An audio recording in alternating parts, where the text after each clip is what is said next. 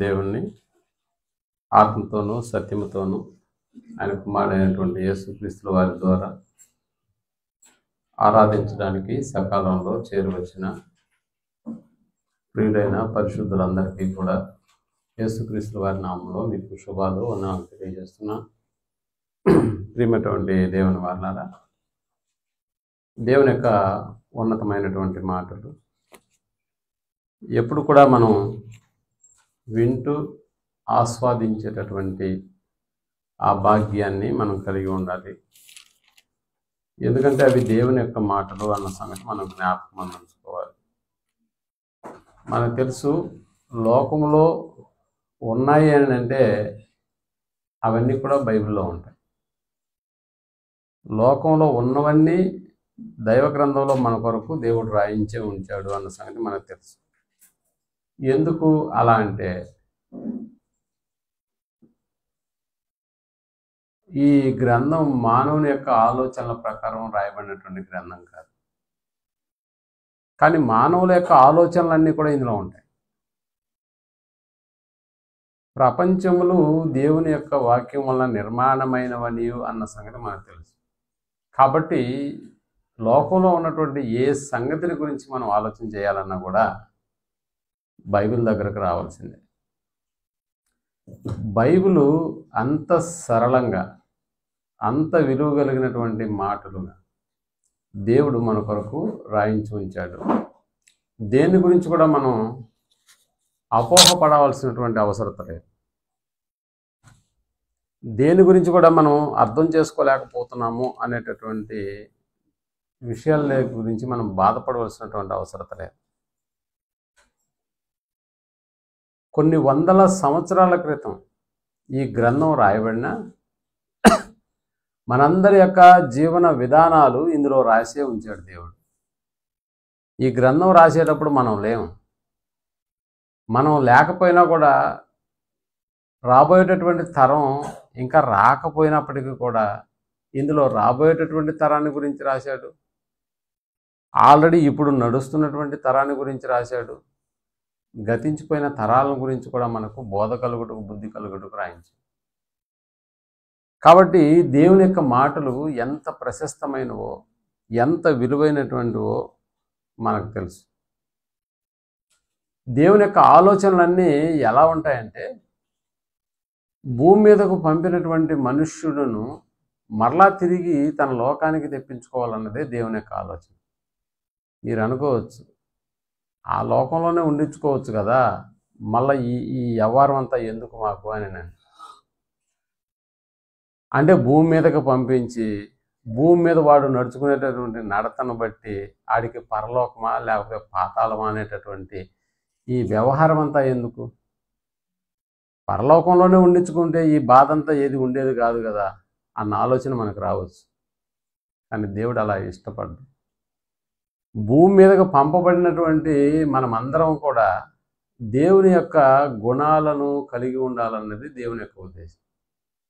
అందుకని దేవుని స్వభావం మనకు బాగా తెలుసు. ఏంటి ఆ స్వభావం అంటే, ఆయన పాపులతో సహవాసం చేయడు. కాబట్టి ఆయన సహవాసం అంతా ఎవరితోనంటే ఆయన లాంటి గుణాలు కలిగినటువంటి వారితోనే సహవాసం. మరి యేసుప్రభులు వారు పాపులతో సహవాసం చేశాడు కదా అని మీరు అనుకోవచ్చు. బట్ ఆయన పాపులతో సహవాసం చేసింది భూమి మీదే. అలాగని చెప్పి కొన్ని వందల కోట్ల సంవత్సరాలు ఆయన చేయలేదు. ఆ పాపులతో కూడా సహవాసం ఎందుకు చేశాడంటే, పాపిగా ఉన్నటువంటి వారిని పరలోకానికి తీసుకెళ్ళడానికి. ఇలా నువ్వు పాపిగా ఉంటే పరలోకంలో నీకు స్థానం ఉండదు అని చెప్పడానికి వారితో సహవాసం చేసినటువంటి దాఖలాలు. మరి ఎక్కువ రోజులు అంటే కాదు, 33.5 సంవత్సరాలు. అందులో 3.5 సంవత్సరాలు మాత్రమే. ఆ 3.5 సంవత్సరాల్లో కూడా దేవుని యొక్క ఉన్నతమైనటువంటి మాటలను ప్రకటించడానికే సరిపోయినటువంటి జీవితకాలం. నిజంగా చెప్పాలంటే సరిపోలేదు.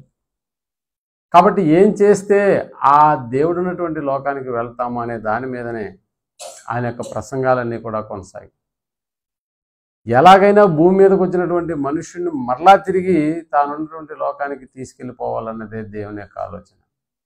అందుకని నరులారా తిరిగి రండి అని ఆయన సెలవిస్తూ ఉన్నాడన్న పదం మనకు తెలుస్తుంది. నరులారా తిరిగి రండి. ఎక్కడికి రావాలి తిరిగి? స్కూల్కి వెళ్ళేటప్పుడు కూడా పిల్లవాడికి చెప్తుంటారు, రే త్వరగా వచ్చేసి మళ్ళీ అక్కడెక్కడ నీకు పెత్తనాలు వద్దు. స్కూల్ అయిపోగానే నేరుగా ఇంటి దగ్గరకు వచ్చేసాడు, కాలేజ్ అయిపోగానే నేరుగా ఇంటి దగ్గరకు వచ్చి అలాగనమాట. సో నరులారా తిరిగి రండి అనేటటువంటి ఆ యొక్క ఆహ్వానంలోనే మన కొరకు ఒక లోకం అనేటటువంటిది ఎదురు చూస్తుందన్న సంగతి మనకు తెలియాలి. ఆ లోకంలోకి వెళ్ళి మనం ఎమడగలగాలి అని అంటే ఈ లోకంలోనే దానికి సంబంధించినటువంటి ఆ కార్యక్రమాలన్నీ ముగించుకుని వెళ్ళాలి అక్కడ. ఆ రాబోయేటటువంటి లోకం యొక్క పరిస్థితులను గురించి మనకి ఇక్కడే దేవుని యొక్క మాటల ద్వారా మనకు చాలా సంగతులు మనం నేర్చుకుంటున్నాం. అందులో చాలా ముఖ్యమైనటువంటిది మన వ్యక్తిత్వ నిర్మాణము అన్న సంగతి మనకు బాగా తెలుసు. వ్యక్తిత్వ నిర్మాణం, యేసుక్రీస్తుల వారితో సమానమైనటువంటి వ్యక్తిత్వ నిర్మాణాన్ని మనం కానీ కలిగి ఉంటే, యేసుక్రీస్తును పోలినటువంటి జీవితాన్ని మనం ఈ లోకంలో జీవించగలిగితే ఆ లోకం మనకి దక్కడం అనేటటువంటి దాంట్లో సంశయం ఏమీ లేదు. నిజంగా ఆ లోకం మనలాంటి వారిదే. కాబట్టి ఇక్కడ మనం చాలా జాగ్రత్తగా ఆలోచించాలి. ఆ లోకానికి వెళ్ళడానికి అనుకూలమైనటువంటి పరిస్థితులను దేవుడు మనకి భూమి మీద మనకి కల్పించట్లేదా, ఏర్పాటు చేయట్లేదా అంటే అలాంటి వాటివే ఎక్కువగా మనకి కల్పిస్తున్నాడు. మనకు తెలుసు కదా, మనం నేడు కలిగి ఉన్నటువంటి ఈ దేహం ఏదైతే ఉందో ఆ దేహం దేవునిదే అన్న సంగతి మనకు తెలుసు. నిజంగా దేహంలో ఉన్నటువంటి అవయవాలన్నీ, ఆ అవయవాలు అంటే పైకి కనిపించేటటువంటి ప్రతి అవయవం మనకు తెలుస్తుంది దేవుని యొక్క చిత్తాన్ని నెరవేర్చడానికి ఆ అవయవాలన్నీ మన దేహంలో దేవుడు ఉంచినట్టుగా మనకు అర్థమవుతుంది.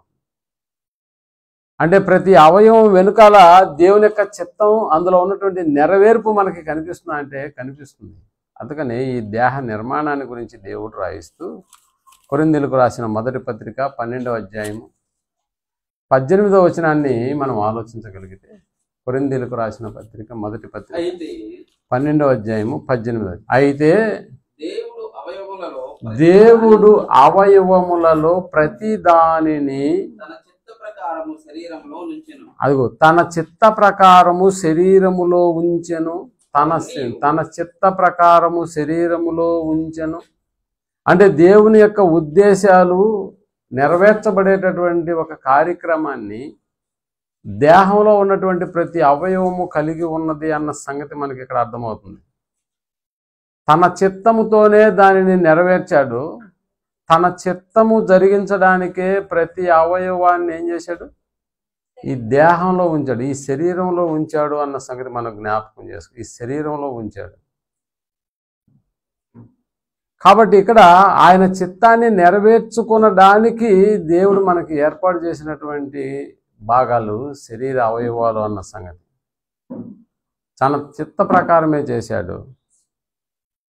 కాబట్టి ఇక్కడ తన చిత్త ప్రకారం చేసేటటువంటి ప్రతి అవయవంలో కొంతమందికి లోపాలు కూడా కనిపించవచ్చు. అంటే కొంతమంది నల్లగా ఉంటారు, కొంతమంది కాళ్ళు లేనటువంటి వాళ్ళుగా అంగహీనులుగా కూడా ఉంటారు, కొంతమంది కళ్ళు లేనటువంటి గుడ్డివారుగా కూడా ఉంటారు. మీరు అనుకోవచ్చు అలా చేయడం అనేటటువంటి వాటి వెనకాల నిజంగా మనం ఆలోచన చేస్తే ఇది దేవుని హస్తం ఉంది అన్న సంగతి మనకు తెలుసు. పిల్లలు చూడండి, కాళ్ళు లేనటువంటి వారిని, కళ్ళు లేనటువంటి వారిని కొంతమందిని ఎగతాళి చేస్తున్నట్టుగా కూడా మనకు అనిపిస్తుంది. గేలి చేస్తూ ఉంటారు. అప్పుడు నిజంగా అలా గేలి చేస్తున్నటువంటి మానసిక స్థితి, అవయవాలన్నీ బాగున్నటువంటి వాడు అలా చేస్తే నిజంగా గేలి చేస్తున్నది ఎవరినో కాదు, స్వయాన దేవుణ్ణే అన్న సంగతి మీరు జ్ఞాపకం ఉంచుకోవాలి. ఎందుకు? కుంటివాడుగా కానీ గుడ్డివాడుగా కానీ ఆయన చేసింది ఎవరు అని అంటే తండ్రి అయిన దేవుడైన నేనే కదా. అప్పుడప్పుడు వాట్సాప్లో వస్తుంది, నేను చాలా నల్లగా ఉంటాను, నాతో ఎవరు స్నేహం చేయట్లేదు, కనీసం నాకు ఒక లైక్ అన్నా కొట్టండి అనేటటువంటి నలుపు రంగు కలిగినటువంటి మొఖాలు కలిగినటువంటి వాళ్ళు రిక్వెస్ట్లు పెడుతూ ఉంటారు. నేను నల్లగా ఉన్నాను, ఎవరికి నేను నచ్చట్లేదు అంటే ఇలాంటి భావం ఎందుకు వస్తుందని అంటే నేను నల్లగా పుట్టానంటే నీ తప్ప కాదు. నల్లగా పుట్టావు కాబట్టి నిన్ను మేము ఎగతాళి చేయాలా? అలాగా కాదు. కాబట్టి ఇక్కడ మన ఆలోచనల ప్రకారం నిజంగా అవహేళన చేస్తే అలాంటి వారిని, లోపాలు ఉన్నటువంటి శరీర అవయవాలకు లోపాలు ఉన్నటువంటి వారిని అవహేళన చేస్తే దేవుణ్ణి అవమానపరిచినటువంటి బ్రతుకులు మనకు తయారవుతాయి. ఎందుకంటే అది దేవుని సృష్టి. కాబట్టి శరీరంలో ఉన్నటువంటి ప్రతి అవయవము, కనిపిస్తున్నటువంటి బాహ్యేంద్రియాలు అనేటటువంటి అవయవాలన్నీ కూడా నా ఇష్టాన్ని నెరవేర్చుకోవడం అనేటటువంటి కార్యక్రమము జరిగించడానికి వీలు లేదు. ఇవ్వబడినటువంటి కాళ్ళు, చేతులు, ముఖం ఏదైతే మనం కలిగి ఉన్నామో వాటన్నిటి ద్వారా నీ ఇష్టాన్ని నెరవేర్చుకోవడానికి దేవుడు వాటిని ఇవ్వలేదు. బాగా గుర్తుపెట్టు. అందుకనే అయితే దేవుడు అవయవములలో ప్రతి అవయవమును, ప్రతి దానిని తన చిత్త ప్రకారము శరీరములో ఉంచెను. అంటే శరీరంలో ఉన్నటువంటి ప్రతి అవయవం వెనకాల దేవుని యొక్క చిత్తం ఉందన్న సంగతి మనం జ్ఞాపకం చేసుకోవాలి. దేవుని యొక్క చిత్తం ఉంది ప్రతి అవయవం. నీ ఇష్టాన్ని నెరవేర్చుకునే దానికి కదా కాదు. యేసు ప్రభుల వారికి కూడా మీరు ఆలోచన చేయగలిగితే, ఆయన ఈ లోకానికి రాకముందు ఆత్మగా పరలోకంలో ఉన్నప్పుడు నా కొరకు ఎవరు వెళ్తారు భూమి మీదకి అనేటటువంటి ఆ యొక్క ప్రతిపాదనను పురస్కరించుకుని నేను వెళ్తానని చెప్పి ముందుకు వచ్చినప్పుడు యేసు ప్రభుల వారికి ఒక శరీరాన్ని అమర్చాడు తండ్రి అయినటువంటి దేవుడు. ఆ శరీరాన్ని అమర్చినప్పుడు ఆయన చెప్తున్నటువంటి మాట మీకు జ్ఞాపకం రావాలి. హెబ్రీయులకు రాసిన పత్రికలో నాకొక శరీరమును అమర్చితివి అన్న పదం ఉంటుంది చూడండి. 5వ అధ్యాయం 7వ వచనాన్ని మనం ఆలోచించగలిగితే, హెబ్రీయులకు రాసిన పత్రిక 5వ అధ్యాయం 10:5 రైట్.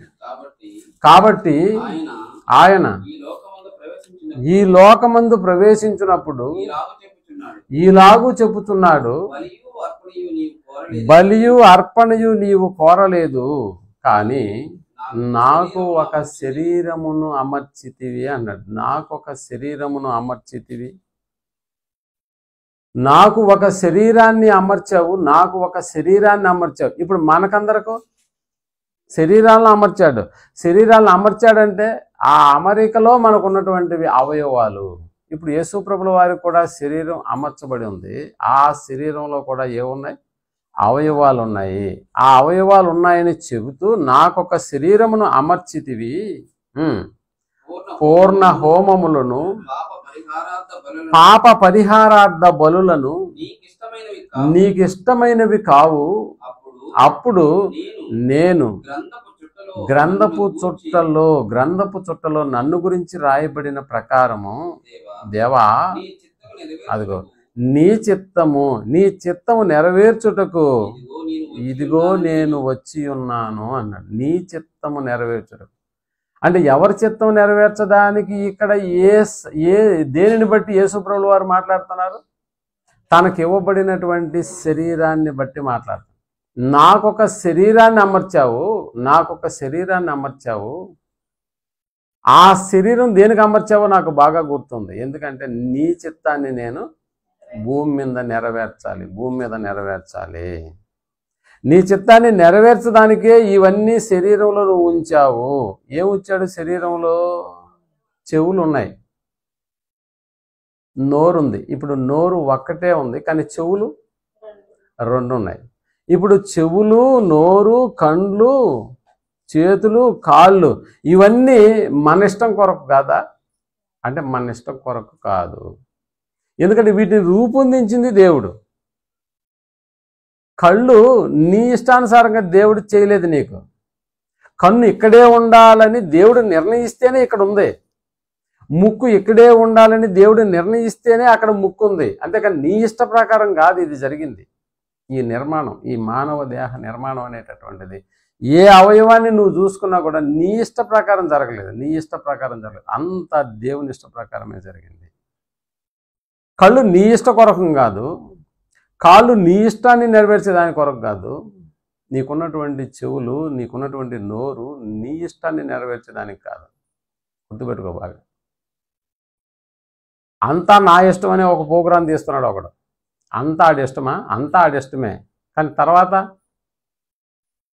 దేవుని ఇష్టాల్లోకి వాడు మారకపోతే అంతా తన ఇష్టం అనుకుని బ్రతికిన బ్రతుకు మనకు తెలుసు ఆడేమైపోయినాడో అన్న సంగతి కూడా. సో ఇక్కడ కళ్ళు, కాళ్ళు, నోరు, ముక్కు, చెవులు కనిపిస్తున్నటువంటి బాహ్యేంద్రియాలన్నింటినీ కూడా మన శరీర అవయవాలలో అవి ఉన్నాయి. ఆ అవయవాలన్నీ కూడా అది మన కొరకు కాదు, మన ఇష్ట కొరకు కాదు. కాబట్టి దేవుని యొక్క ఇష్టాన్ని నెరవేర్చే విధంగా ఇవన్నీ ఉండాలన్న సంగతి మనం జ్ఞాపకం చేసుకోవాలి. అవయవాలన్నీ తన ఇష్ట ప్రకారమే నిర్మింపబడ్డాయి, చేయబడ్డాయి. వాటి వలన జరిగే పని అది దేవునిదే అయి ఉండాలి తప్ప నీదై ఉండకూడదు. గాలి పీలుస్తున్నావని అంటే అది దేవుని పని కొరకే పీలవాలి. నీ కాళ్ళు నడుస్తున్నాయని అంటే దేవుని పని కొరకు. నీ కళ్ళు చూస్తున్నాయని అంటే దేవుని యొక్క వాక్యం కొరకు. నీ చెవులు వింటున్నాయని అంటే దేవుని యొక్క మాటలు. అందుకనే ప్రియమైనటువంటి వాళ్ళరా, ఇక్కడ మనం ఆలోచన చేసేటటువంటి విధానంలో మన యొక్క వ్యక్తిత్వ నిర్మాణానికి సంబంధించినటువంటి కొన్ని ఆలోచనలను దేవుడు ఇక్కడ మన ముందు ఉంచుతున్నాడు. అందుకనే ఇక్కడ చెవులు అనేటటువంటివి 2 ఉంటాయి, నోరు మాత్రమే ఒక్కటి ఉంటుంది. నిజంగా చెవులు 2 అంటే మాట్లాడేటటువంటి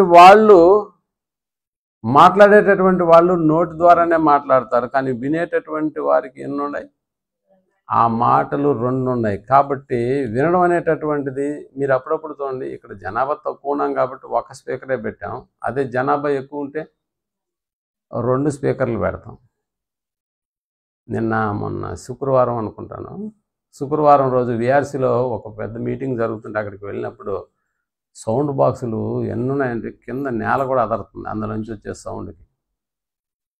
ఒకటే అంటే కాదు, అటువైపు 4 ఇటువైపు 4 పెట్టారు. కానీ మాట్లాడే నోరు ఒకటే ఉంటుంది. పాట పాడేవాడు ఒకటే నోరు, దేవుని వాక్యం చెప్పేవాడు ఒకటే నోరు ఉపయోగిస్తున్నాడు. బట్ సౌండ్ బాక్సులు మాత్రం ఎక్కువ ఉన్నాయి. అలాగే ఇక్కడ కూడా మనం ఒక చిన్న మందిం కాబట్టి ఒక చిన్న స్పీకర్ పెట్టుకున్నాం. అదే కొంచెం పెద్దదైతే మాత్రం బయట ఇంకో స్పీకర్ పెడతాం. అంటే వినడానికి అనుకూలమైనటువంటి పరికరాలను మనం ఏం చేస్తున్నాము? ఉపయోగిస్తున్నాం, వాటిని ఎక్కువగా పెట్టుకున్నాం. అంటే వినడం అనేటటువంటిది చాలా ఇంపార్టెంట్. అందుకనే సంఘాల్లో మనల్ని పిలిచినప్పుడల్లా ముందు సౌండ్ సిస్టమ్ గురించి మాట్లాడుకుంటాను నేను. సౌండ్ సిస్టమ్ బాగుంటేనే. కొన్ని స్థానిక సంఘాల్లో సౌండ్ సిస్టమ్ గురించి పెద్దగా పట్టించుకోరు, ఏదో ఒకట్లే అన్నట్టుగా. కానీ వాయిస్ అనేటటువంటిది చాలా ఇంపార్టెంట్. ఎందుకంటే మనం చెప్తున్నటువంటి మాటలు ఏదైనా చిన్న అంటే సౌండ్లు రావడం, లేకపోతే సరిగా వినపడకపోవడం, మీకు తెలుసు కదా, సౌండ్ అంటే గొంతు కూడా మారిపోతుంది కొన్ని స్పీకర్లలో మనం మాట్లాడితే. అలా కాకుండా ఎందుకనంటే చెవులు 2 ఉన్నాయి. అంటే మాట్లాడేటటువంటి మాటల కన్నా వింటున్నటువంటి మాటలే మనకి చాలా ప్రాముఖ్యమైనటువంటివి. అందుకే 2 చెవులను దేవుడు మనకు ఉంచాడు. అంటే ఎవడు ఏం చెప్తున్నాడు అన్న సంగతిని గురించి చెవులు 2 ఇచ్చినాడు దేవుడు. మాట్లాడేటటువంటి వాడికి నోరు ఒకటే ఇచ్చాడు. బట్ వినేదానికి మాత్రం మనకి ఎన్ని ఇచ్చాడు? చెవులు 2 చెవులు ఇచ్చాడు. 2 చెవులు ఇచ్చాడంటే అర్థం ఏంటి? వినేటటువంటిది జాగ్రత్తగా విను అని. మనం అనుకుంటాం 2 చెవులు ఇచ్చింది ఎందుకంటే ఈ చెవిలో విని ఈ చెవిలో నుంచి వదిలేసి అనడానికి. అంటే స్ట్రైట్గా మనకేమీ ఒక హోల్ ఏమి ఉండదు, ఇక్కడ విని ఇక్కడ వదిలేసేదానికి. అలా కాదు, చెవులు 2 ఇచ్చాడని అంటే నిజంగా కొన్ని మాటలు విని తన కుటుంబాలను అంటే వింటున్నటువంటి మాటల యందు మనం కానీ శ్రద్ధ వహించకపోతే మనం చాలా నష్టపోయేటటువంటి ప్రమాదం ఉంటుంది. చాలా నష్టపోతాం. ఎందుకని అలా నష్టపోతాము? అందుకనే యాకోబు గారు రాసినటువంటి ఆ పత్రికలో 1వ అధ్యాయం 19వ వచనాన్ని మనం ఆలోచన చేసినప్పుడు, నా ప్రియ సహోదరులారా, మీరు ఈ సంగతి ఎరుగుదురు కనుక ప్రతి మనుష్యుడు ఎలా ఉండాలంట? వినుటకు ప్రతి మనుష్యుడు. అంటే వినుటను గురించి మాట్లాడుతున్నాడు ఇక్కడ. వినుటను గురించి ప్రతి మనుష్యుడు వినుటకు వేగిరపడువాడును అన్నాడు. వినుటకు వేగిరపడువాడును, మాటలాడుటకు నిదానించువాడు అన్నాడు. మాటలాడు అంటే వినడానికి ఎలా చూపించాలంట? వేగిరపడాలి.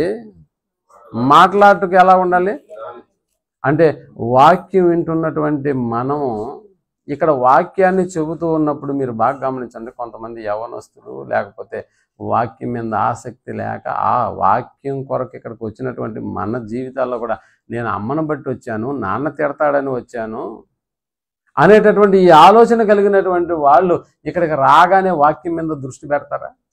పెట్టరు. వాళ్ళ చేతిలో ఉన్నటువంటి సెల్ ఫోన్ ఇక్కడ చెప్పేటటువంటి వాక్యం చెప్పబడుతూనే ఉంటుంది. బట్ వాళ్ళ చేతులు దేన్ని కలిపెడుతూ ఉంటాయంటే ఓ సెల్ ఫోన్ కనిపి దాని గురించి ఎవరెవరు మెసేజ్లు ఇస్తున్నారా, లేకపోతే ఎవరెవరు మనకి చాటింగ్లు చేస్తున్నారా అనే దాని మీదనే మన కాన్సన్ట్రేషన్ ఉంటుంది. అంటే ఇప్పుడు వాక్యం వింటున్నటువంటి మనం కూడా వినేదాని మీద వేగిరపడడానికి ఇక్కడికి వచ్చినటువంటి మనకు కూడా ఆటోమేటిక్గా మనం ఏం చేస్తున్నట్టే డైవర్షన్ అయిపోతున్నాం.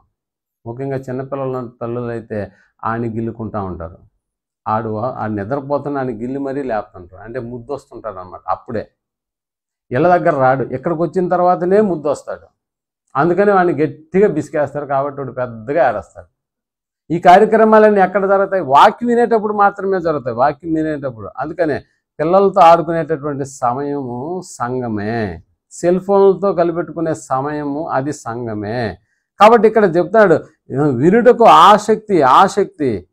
ఈ వైఖరి నిజంగా చెబుతున్నటువంటి వారికి ఇలాంటి వైఖరి ఏమైనా బాగుంటుందా? వాక్యాన్ని వినిపించేటప్పుడు మీరు అలాంటి కార్యక్రమంలో ఉంటే ఇది బాగుంటుందా? వాక్యాన్ని చెబుతున్నప్పుడు మీరు నిద్రపోతూ ఉంటే బాగుంటుందా? అబ్బా మంచి నిద్రలోకి వెళ్ళిపోతున్నాడు, చాలా మంచి వాక్యం చెప్పాడండి, వాక్యం చెప్తున్నంతసేపు నిద్ర తప్ప వేరే ఆలోచన నాకు రాలేదని అనుకున్నాం అనుకో, బాగుంటుంది. ఎవరైనా పాట పాడితే బాగా నిద్ర వస్తుంది. అందుకని చిన్నపిల్లల్ని నిద్రపుచ్చేటప్పుడు మనం పాట పాడుతూ ఉంటాం.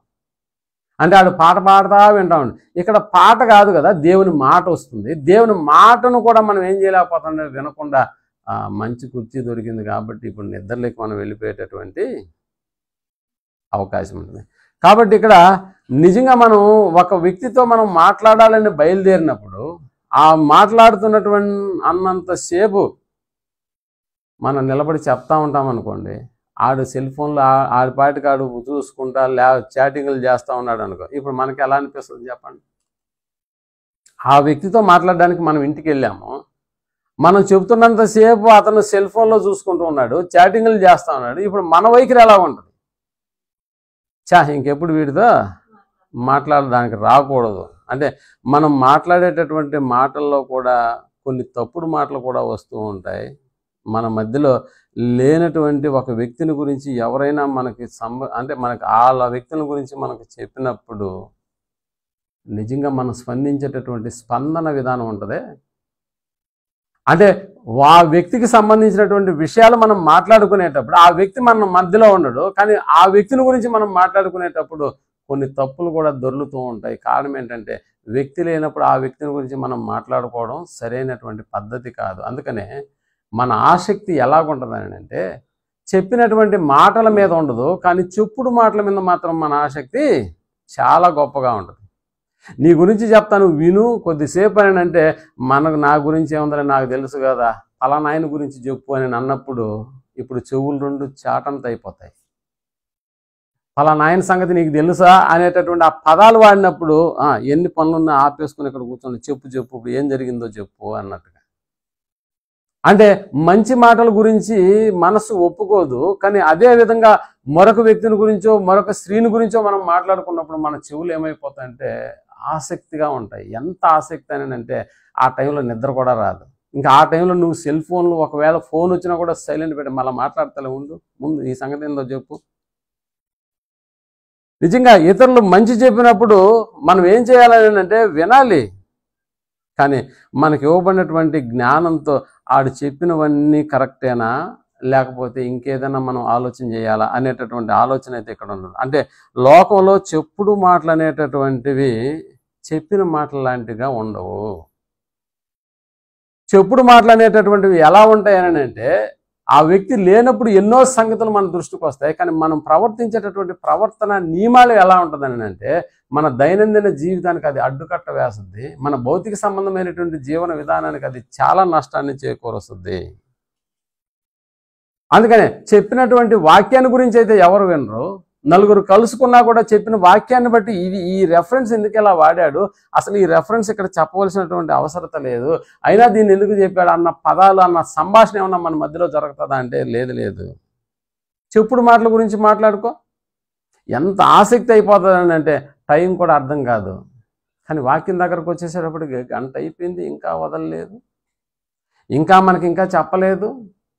అంటే ముగిస్తాడన్న ఆలోచన కూడా రావట్లేదు అన్న విషయంలోకే వెళ్ళిపోతాం. బట్ అదే చెప్పుడు మాటల విషయంలో కాలం ఎంత జరిగిపోయినా కూడా పర్లేదు, భోజనం టైం అయినా పర్లేదు, నిద్ర టైం అయినా పర్లేదు, ఇప్పుడు మనం మాట్లాడుకుంటేనే బాగుంటుంది అన్నట్టుగా. అంటే చెప్పుడు మాటలు అనేటటువంటి ఎంత ప్రమాదకరమైనటువంటివో మనకు చాలా తెలుసు. ఎంత ప్రమాదకరమైనటువంటివో నిజంగా అవి కడుపులోనికి వెళ్ళిన తర్వాత ఆ చెప్పుడు మాటల యొక్క పరిస్థితి, కడుపులోనికి ఒక వ్యక్తికి సంబంధించినటువంటి ఏదైనా ఒక వ్యక్తి ఆత్మహత్య చేసుకోవడానికి విషం అనేటటువంటిది తాగాడు అనుకున్నాం. ఇది విషపూర్వమైనటువంటి కొన్ని ఏదన్నా సేవించినప్పుడు నిజంగా ఆ మనిషి జీవితాన్ని అది నాశనం చేస్తుంది ఎప్పుడు కూడా. అంతేగాని పక్కవాడి యొక్క జీవితాన్ని అది నాశనం చేయదు. ఓ విషం తాగినప్పుడు ఆ వ్యక్తి జీవితమే అది అతన్ని నాశనం చేస్తుంది తప్ప తన తల్లి ఈయన తల్లి కదా, ఇతను తండ్రి ఇతను కదా అని చెప్పి ఈ విష ప్రభావం అనేటటువంటిది వాళ్ళ మీద చూపించజాల. కారణం ఏంటంటే తాగింది అతను కాబట్టి అతని జీవితమే నాశనం అయిపోయేటటువంటి ప్రవర్తన ఉంటుంది. కానీ చెవిలోకి వెళ్ళినటువంటి విషయం ఉందే, ఇది విషం కన్నా, తాగినటువంటి విషం కన్నా చాలా ప్రమాదమైనటువంటిది. ఎన్నో జీవితాలను నువ్వు చెప్పే విషయాన్ని బట్టి, విషం తాగితే మన జీవితమే నాశనం అయిపోతుంది, కానీ మన చెవిలో పడుతున్నటువంటి విషయం ఉంది, ఆ విషయం ఏం చేస్తుందని అంటే ఎన్నో జీవితాలను నాశనం చేసేటటువంటి దిశగా తీసుకెళ్ళిపోతుంది. నిజంగా తప్పుడు మాటలు అనేటటువంటిది చెప్పడం ఎంత తప్పు, చెప్పినటువంటి మాటలు వినకపోవడం కూడా అంతే తప్పు అన్న సంగతిని మనం జ్ఞాపకం చేసుకోవాలి. నిజంగా చెప్పుడు మాటలు అనేటటువంటివి ఎంత తప్పో వాటిని వినకుండా ఉండడం కూడా దానికి మనం అంతే తప్పు చేస్తున్నాం అన్నది. ఎందుకంటే చెప్పుడు మాటలు వద్దులే బ్రదర్. అందుకని లోకంలో ఒక సామెత ఉంది, చెప్పుడు మాటలు ఎక్కడ వదిలేయాలంట? గుమ్మం దగ్గరే వదిలేసేయాలంట. చెప్పులు అక్కడే వదిలేయాలి, చెప్పుడు మాటలు అక్కడే వదిలేయాలి. అంటే సమస్య ఏదైనా నీ దృష్టికి వచ్చినప్పుడు దాని గురించి ఒక మాట మాట్లాడి నీ ముందు వదిలేస్తారే కానీ దానికి సంబంధించినటువంటి ఆనవాళ్ళు ఏది నీ ముందు నిజ నిర్ధారణకు తీసుకొని రారు. ఏమో వాళ్ళు చెప్పుకుంటుంటే నేను విన్నాను అన్నట్టుగా గాల్లో వదిలేస్తారే తప్ప, అంటే విషయాన్ని నీకు వేసేసేయాలి, నీ చెవులో దాన్ని నాటేసేయాలి. కాబట్టి ప్రియమైనటువంటి వాళ్ళరా, చెప్పుడు మాటల్లో ఏం సంభవిస్తుంది మనుషులు కానంటే సంబంధాలు దెబ్బతినిపోతాయి. మనకున్నటువంటి మానవ సంబంధాలు వాటి వలన దెబ్బతినిపోతాయి. ఇంకా చెప్పాలంటే కుటుంబాలు కూడా నాశనం అయిపోతాయి. ఇంకా చెప్పాలంటే సంఘంగా ఉన్నటువంటి మనం కూడా చిన్న భిన్నం అయిపోతాము. వీటి వెనకాల ఎంతటి ప్రమాదం దాగి ఉందని అంటే ఇదిగో ఈ మాటలు. అందుకనే చెప్పేటటువంటి మాటల విషయంలో చాలా జాగ్రత్తగా ఉండాలి. అది నేనైనా మీరైనా కూడా. కానీ వినే వాటి విషయంలో నువ్వు దేని విషయంలో వినాలో దాని విషయంలో నువ్వు వేగిరపడాలి, దేని విషయంలో నువ్వు వినకుండా జాగ్రత్త పడాలన్న సంగతిని గురించి కూడా. ఎందుకంటే ఆ వ్యక్తి లేడు కదా, ఇప్పుడు మనం మాట్లాడుకోవడం అంత మంచిది కాదేమో. కొంతమంది చనిపోయినటువంటి వ్యక్తుల గురించి మాట్లాడుతూ ఉంటారు. ఇది చనిపోయిన తర్వాత వాళ్ళకి సంబంధించి కర్మకాండలు చేసేటప్పుడు ముఖ్యంగా మనమైతే ఆదరణ కూటకాన్ని పెట్టి ఎవరి గురించి మాట్లాడతామంటే చనిపోయిన వ్యక్తి గురించే మాట్లాడతాం. పోనీ అలా మాట్లాడేటప్పుడు ఎవరైనా చెడ్డ మాటలు చెప్తారు అతని గురించి అంటే అప్పుడెప్పుడు చెడ్డ మాటలు మాట్లాడరు. అతను తప్పు చేసినా కూడా ఆ రోజు నిలబడి అతని గురించి ఎన్ని మాటలు మంచి మాటలు చెప్తామో మనకు తెలుసు. కానీ బ్రతుకుంటే ఎన్ని చెడ్డ మాటలు, ఎన్ని చెప్పుడు మాటలు బ్రతుకున్నటువంటి అతని గురించి మాట్లాడతాం మీకు తెలుసు. అదే వ్యక్తి మరణించాడు, ఇదిగో అతని గురించి మీరు కొన్ని మాటలు చెప్పండి అని అంటే ఈడు పెద్ద ఎదవా అని ఆ ఫోటో చూసి మాట్లాడామనుకోండి, పరిస్థితి ఎలాగుంటుందో మీరు అర్థం చేసుకోండి. ఈడంత ఎదవ ఇంకొకటి నేను చూడలేదు, నాతో స్నేహం ఇన్ని రోజులు చేసినాడు, ఈడంత ఎదవ ఇంకొకటి లేడని ఆ వ్యక్తి చనిపోయినప్పుడు మాట్లాడితే పరిస్థితి ఎలాగుంటుంది? అతని బంధువులందరూ మనల్ని బాగా క్షేమంగా నిలబెడతారు అక్కడ? లేదు. చనిపోయిన వ్యక్తుల గురించి అలా మాట్లాడడానికి ఎవడు ఇష్టపడ్డాడు. కాబట్టి ఆడు చెడ్డవాడైనా కూడా ఆడి గురించి మంచిగా మాట్లాడాలి.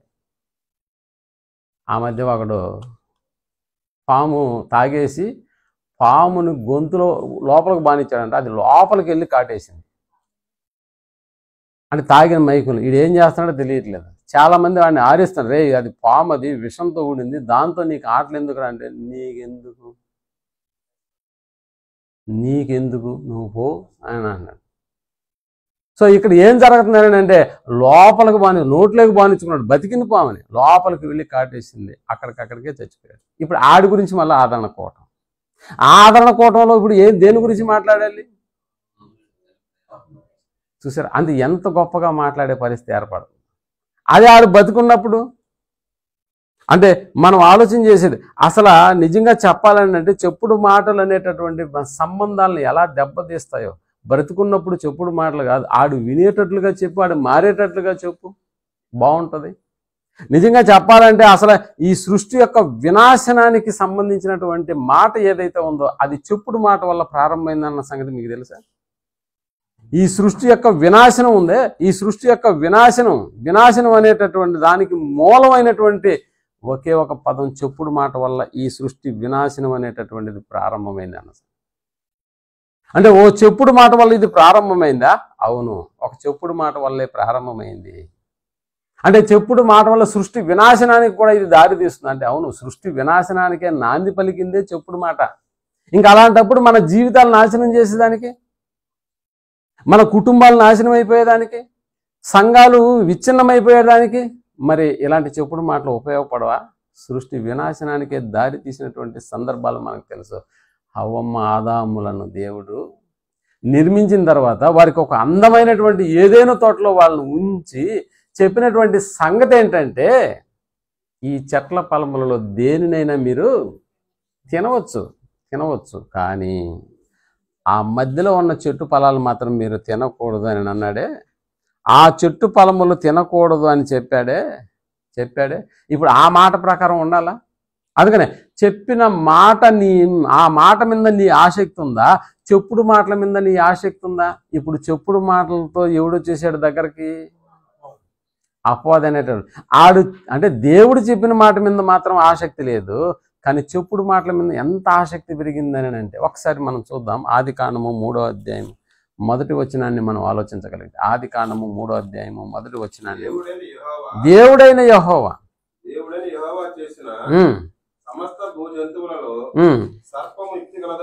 సర్పము యుక్తి గలదై ఉండెను, అది ఆ స్త్రీతో ఎక్కడ ప్రారంభమైందని, ఏ పదంతో ప్రారంభమైందో తెలుసా? కొండెపు. అంటే ఇక్కడ చెప్పాలంటే చెప్పుడు మాటలతో ఈ ప్రారంభించినటువంటి ఒకే ఒక పదం, ఇది నిజమా అంటుంది. ఇది నిజమా అంటుంది. ఈ తోట చెట్లలో దేని ఫలములనైనను దేవుడు చెప్పినా, అసలు దేవుడు ఈ ఫలములను తినవద్దని ఎందుకు చెప్పాడో తెలుసా నీకు? మీరు సస్తారని కాదు, అసలు మీరు చావనే. దేంతో ప్రారంభించిందండి? వాళ్ళ జీవితాలకు పునాది ఎక్కడ పడిందయా నాశనం అవడానికి అని అంటే ఓ చెప్పుడు మాటతో ప్రారంభమైంది అన్న సంగతి మనకు తెలుసా?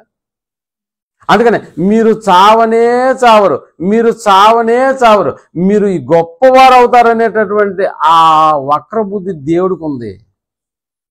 మీరు గొప్పవారైపోతారన్న వక్ర బుద్ధి, మీరు ఎక్కడ తనకంటే దాటిపోతారన్న అసూయ ఆయనలో ఉంది. కాబట్టి మీతో చెప్పిన మాట ఏంటో తెలుసా? ఈ పండు తిని దినమున నీవు నిశ్చయముగా చచ్చదు అన్న పదాన్ని వాడాడు. నిజానికి నువ్వు ఏమవు? చావనే చావు. నిజానికి నువ్వు చావనే చావు. అంటే మీరు ఎక్కడ దేవుని మించినటువంటి వాళ్ళు అయిపోతారు. మీరు ఆలోచన చేయండి. దేవుడే కదా వాళ్ళని నిర్మించింది, దేవుడే కదా వారిని సృష్టించింది. అలా దేవుడే సృష్టించినటువంటి వారి మీద నిజంగా ఆయనకు అసూయ ఉంటుందా? ఆయనకు ఈర్ష్య ఉంటుందా? లేదు. ఇవన్నీ ఎందుకు ఆలోచించలేదు అవ్వమ్మ? ఒక్కసారి మీరు ఆలోచన చేయండి. అంటే చెప్పుడు మాటలను ఎంత త్వరగా మనుషులు నమ్మేస్తారని అంటే చెప్పినటువంటి దేవుని మాటల మీద మాత్రం ఆసక్తిని కనపరచరు. కానీ ఎవడైనా వచ్చి ఇది నిజమా అని అంటే వెంటనే దానికి మనం ఏమైపోతాం అంటే అడిక్ట్ అయిపోతాం. ప్రేమటువంటి వాళ్ళు దేవునికి మించి మీరు గొప్పవారు అవుతారు, దేవునికి మించి మీరు గొప్పవారు. కాబట్టి దేవుడు మీ పట్ల అసూయను కలిగి ఉన్నాడు. అందుకనే ఆ పండు తినవద్దు అని చెప్పాడు. తింటే ఏమవుతాడో కూడా చెప్పుకుంటాడే, చచ్చిపోతారని చెప్పుకుంటాడు. నిజమే, అవును, గుర్తొస్తుంది నాకు. అది తింటే చచ్చిపోతావని చెప్పినాడా? అసలు మీరు చావనే చావరు. అందుకనే దేవుడు చెప్పినటువంటి మాటలను పక్కన పెట్టేసి అపవాది చెప్పినటువంటి చెప్పుడు మాటలను నిజంగా అవ్వ ఎంత స్వాగతించిందో మీరు ఆలోచన చేయండి, ఎంత స్వాగతించిందో. అందుకనే ముందు తాను తినింది, ఇప్పుడు తాను తినిన తర్వాత తా చెడ్డ కోతి వనం అంతా జడ్జి చేసిందంట. ఇప్పుడు అక్కడ వనాల్లో ఇంకెవరు లేరు, ఉన్నదే ఆదాం మాత్రమే. అంటే ఇప్పుడు నేను తింటే దేవుని దృష్టిలో తప్పు ఇప్పుడు మీరు బాగా ఆలోచన చేయండి. అంటే అవ్వమ్మ ఆదాముకి ఎందుకు తీసుకొచ్చి పెట్టింది అని అంటే నిజంగా దేవుడు ఈ పండు తింటే చచ్చిపోతామని, అంటే సావంటే ఏందో కూడా తెలియదు కదా వాళ్ళకి. పక్కింటోడు ఎదిరింటోడు చచ్చిపోతే ఓహో సావంటే ఇలా ఉంటుందని తెలుసుకోవచ్చు. బట్ ఉన్నదే ఇద్దరు, ఆ ఇద్దరు సావంటే ఏంటో తెలియదు. అందుకని ఇప్పుడు అవ్వమ్మ కూడా పండు తినడం వెంటనే ఏదో మార్పు సంభవించేస్తుంది ఒకవేళ దేవుడు చెప్పిన మాటల ప్రకారం. ఒకవేళ నిర్జీవంగా అయిపోతుంది. కానీ తినిన తర్వాత ఇంకేమన్నా అయిందా? అందుకని అవ్వలో ధైర్యం వచ్చింది. ఆడు చెప్పింది నిజమే, అపవాది చెప్పింది నిజమే, నాకేం కాలేదు, అంటే చావనే లేదు, ఎలాంటి మార్పులు రాలేదు, కావాలంటే నువ్వు కూడా తిని చూడు అని ఎవరి దగ్గర తీసుకొచ్చింది? అందుకని ఆదాము కూడా తినడానికి ప్రయత్నం చేశాడు. తినడానికి అది తిన్నాడు కూడా. అంటే అవ్వ ఎంత బాగా దాన్ని నమ్మించుంటుందో. మీరు అవ్వను నమ్మించడానికి పెద్దగా సమయం పడలేదు. కొన్ని అధికారుల దగ్గర మీ పని కావాలంటే ఎక్కడికి వెళ్ళిపోవాలి? నేరుగా అమ్మగారి దగ్గరికి వెళ్ళిపోవాలి, అంతేనా? పోత ఉత చేతులతో బాగోదు. ఓ నెక్లెస్, ఓ విలువైనటువంటి హారాలు తీసుకొని వెళ్ళిపోతే పని వెంటనే అయిపోద్ది. మీరు ఏ పని మీద వచ్చారో నాకు అర్థమైంది, ఫైల్ ఆడ పెట్టేసుకోండి, సాయంత్రం వచ్చి కలెక్ట్ చేసుకోండి, సంతకాలు దాంట్లో రెడీగా ఉంటాయి, అంతేనా? అలాగనే ఉంటుంది. అందుకని ఆడు రావడం ఎవరి మీద ప్రయోగించాడు అని అంటే ఇదిగో అవ్వమ్మ మీద. అందుకనే అవ్వ తినింది, ఆదాము కూడా తినిపించింది. ఇప్పుడు జీవితాలన్నీ ఏమైపోయాయి? నాశనం అయిపోయాయి. పోనీ ఈ మాట చెప్పినటువంటి వాడు ఎవడో ఊరికి అనుకుందాం, ఆడి జీవితం ఏమైనా బాగుందా అనుకుంటే నిజంగా ఆల్రెడీ అపవాది తన జీవితాన్ని నాశనం చేసుకున్న తర్వాతనే అక్కడికి వచ్చినాడు, అంతేనా? బాగుపడిన జీవితాలు కాదు వాడివి. బాగుపడిన జీవితం ఇదిగో నన్ను చూడండి నేను ఎంత బాగున్నానో అనేటటువంటి వైఖరి కాదు వాడిది. ఆడి జీవితమే సర్వనాశనం అయిపోయింది ఆడి జీవితం. అందుకని మనకి లోకంలో కూడా ఒక వేమన శతకంలో కూడా ఒక పద్యం అనుకుంటాను, అంటే వినదగునెవ్వరు చెప్పిన వినినంతనే నువ్వేం చేయకూడదంట, వేగిరి పడబాకు, వినినంతనే వేగిరి పడబాకు. సుమతి శతకాల వేమన శతకాలు ఇది మొత్తానికి ఏదో చిన్నప్పుడు చదువుకున్నటువంటి పద్యం. అంటే వినదగునెవ్వరు చెప్పినా కూడా వెంటనే నువ్వేమనుకో, వేగిరి పడబాకు, జాగ్రత్త. ఇది దేవుని మాట కాదే, శ్రద్ధ చూపించడానికి ఆసక్తిని కనపరచడానికి దేవుని మాట కాదే. కానీ ఈ మాట చెప్తున్న దేవుడు అంటే అపవాది వచ్చేస్తున్నాడు. అందుకని ప్రియమైనటువంటి వాళ్ళారా, అందుకని అక్కడ శాపం అక్కడే మొదలైంది, దాని యొక్క ప్రభావం అక్కడి నుంచే ప్రారంభమైంది. నిజంగా ఎవడైనా నిజం చెప్తే ఎవడైనా ప్రశ్నిస్తాడా అంటే కాదు. అదే అబద్ధం చెప్తే ఎవడు కూడా ప్రశ్నించడు అన్న సంగతి మనకు తెలుసు. అలా జరిగిందా ఇలా జరిగిందా అంటాడు. అదే నిజం చెప్పి చూడు, ఎవడు ఏం పెద్దగా పట్టించుకోడు. కాబట్టి ఇక్కడ మనం ఆలోచన చేయాల్సింది, చెప్పుడు మాటలకు నిజంగా మనిషి ఏం చేసుకుంటాడని అంటే చెవి కూడా కోసుకుంటాడంట. అంటే చెవి కోసుకోవడం అంటే ఏదో కత్తి తీసుకొని కోసేసుకోవడం, కానీ ఇప్పుడు చెప్పు అనడం కాదు. అంటే ఆసక్తిని కనపరుస్తాడు. అందుకనే నీ ఆసక్తి అనేటటువంటిది దేని మీద ఉండాలంటే దేవుడు చెప్పిన మాట మీద ఉండాలా, లేకపోతే చెప్పుడు మాట మీద ఉండాలా? ఇప్పుడు అవ్వమ్మ ఎవరి మాటను అక్కడ ఆసక్తిగా గమనించింది? ఆ అపవాది మాటలను ఎంత చక్కగా వాడిందో మనం అర్థం చేసుకోగలం. అందుకని జ్ఞాని అయినటువంటి సొలొమోను గారు కూడా ఈ సంగతిని గురించి రాస్తూ ఒకసారి సామెతల గ్రంథంలో ఆయన చెప్పబడినటువంటి ఒక మాటను మనం ఆలోచించగలిగితే 18వ అధ్యాయము 8వ వచనాన్ని మనం ఆలోచించగలిగితే, సామెతల గ్రంథము కొండెగాని మాటలు అన్నాడు. చూడండి ఇక్కడ 18వ అధ్యాయం 8వ వచనంలో, కొండెగాని మాటలు రుచిగల భోజ్యములు అవి లోకడుపులోనికి దిగిపోవును. కొండెగాని మాటలు ఎలాగుంటాయంట? కొండెగాని అంటే ఎవడా?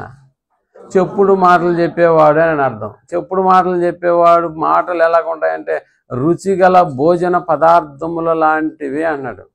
కొన్ని భోజన పదార్థాలకు ప్రసిద్ధి పొందినటువంటి పట్టణాలు. ఇప్పుడు హైదరాబాద్ని తీసుకున్నాం అనుకో, హైదరాబాద్లో ప్రత్యేకత ఏందయ్యా అని అంటే, ఆ మధ్య మేము ఊటీకి వెళ్ళినప్పుడు అక్కడ ఒక పెద్ద బోర్డు చూసాం, హైదరాబాద్ బిర్యానీ సెంటర్ అని. అదేంటి అది హైదరాబాద్లో కదా ఉండాలి, కానీ ఊటీలో ఎందుకు పెట్టాడు?